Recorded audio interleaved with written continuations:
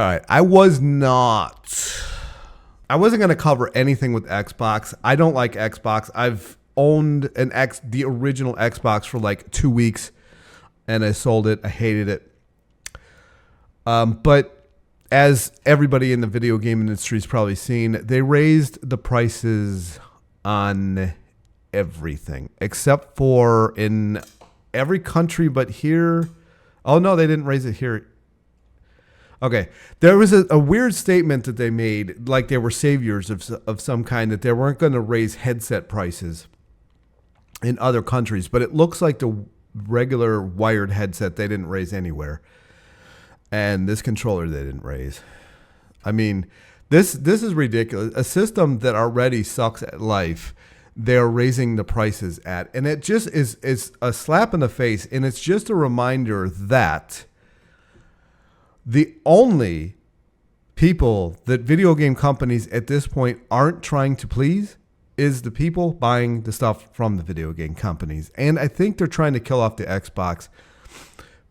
In a previous life of mine, I dealt with the stock market quite a bit. And so sometimes I'll check different things. And here's a list of the top 80 video game companies that have to answer to Johnny Stockholder.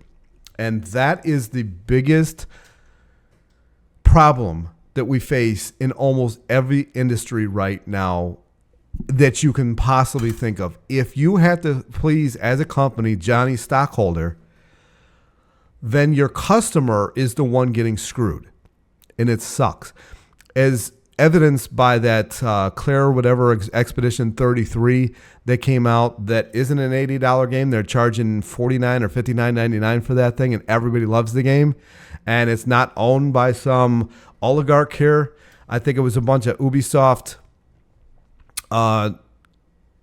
dropouts or whatever.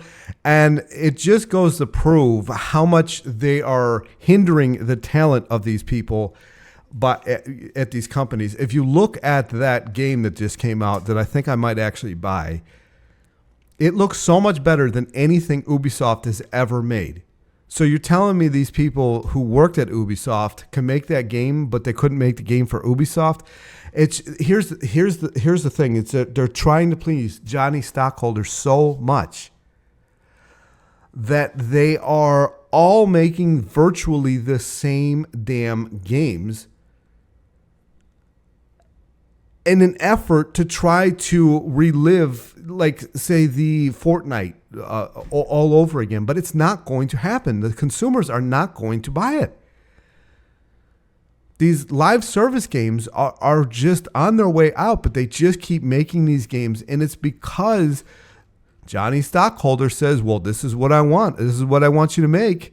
And they make it, and you can see, some of these companies, when they make these games, stock goes down. But another thing that I wanted to talk about was this right here. So Activision and Blizzard generated $1.68 billion for Microsoft in quarter four, with Xbox hardware revenue down 42% in the fourth quarter. The fourth quarter, the quarter where they generally make up most of their losses for the year, to go past their losses, get in the black, 42% down. And then they increase the prices of these systems. Now, how does that make sense at all? Unless they're trying to tank this thing and get rid of it and just become basically Sega. They own a bunch of studios, but they clearly don't want to make hardware anymore.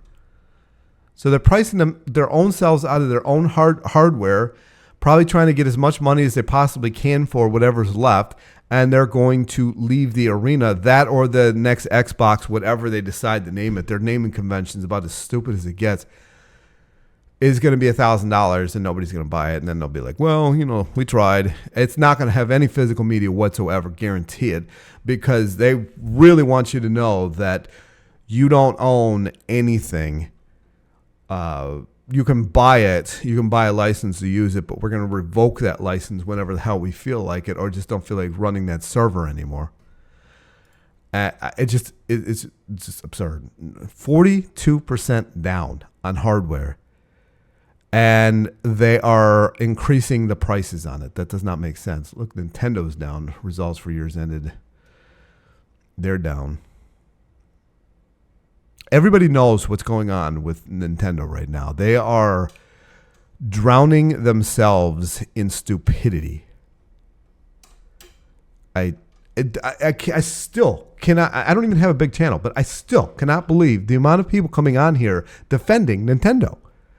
They make kid games. This shit looks like kid games. They have not graduated yet. Like they're stuck in, I don't know, junior year at high school, and they just don't seem to want to graduate. There's kiddie games. I mean, Donkey Kong, the one that the turd that they're releasing for Switch 2, and Donkey Kong for the SNES. And the SNES one was the maximum they could achieve for a video game console at that point. What they made now looks like something an indie developer made. Like with 10 people on the team. I mean, it really is crap. And people are defending, I can't wait to play. I can't wait to play this kid game. I mean, do you go to like the doctor's office with your kid and you start, or don't even have kids and you start playing with like little, kid toys that they got on the ground? No, probably not. But you're playing with like these little kid games, paying $80 for the damn things. Anyway, I'm pretty sure Microsoft is trying to piece themselves out of the hardware world. And it almost seems like Nintendo is too. I mean, that is not a huge upgrade what they did with the Switch 2. It's like a 1 1/4 update or something, like 1 and maybe a half update. It's not a full update. So the full update is probably going to be coming in like 2 or 3 years time, and that one's going to cost like $800 or something like that. I mean, the price of this stuff is never going to go back down probably.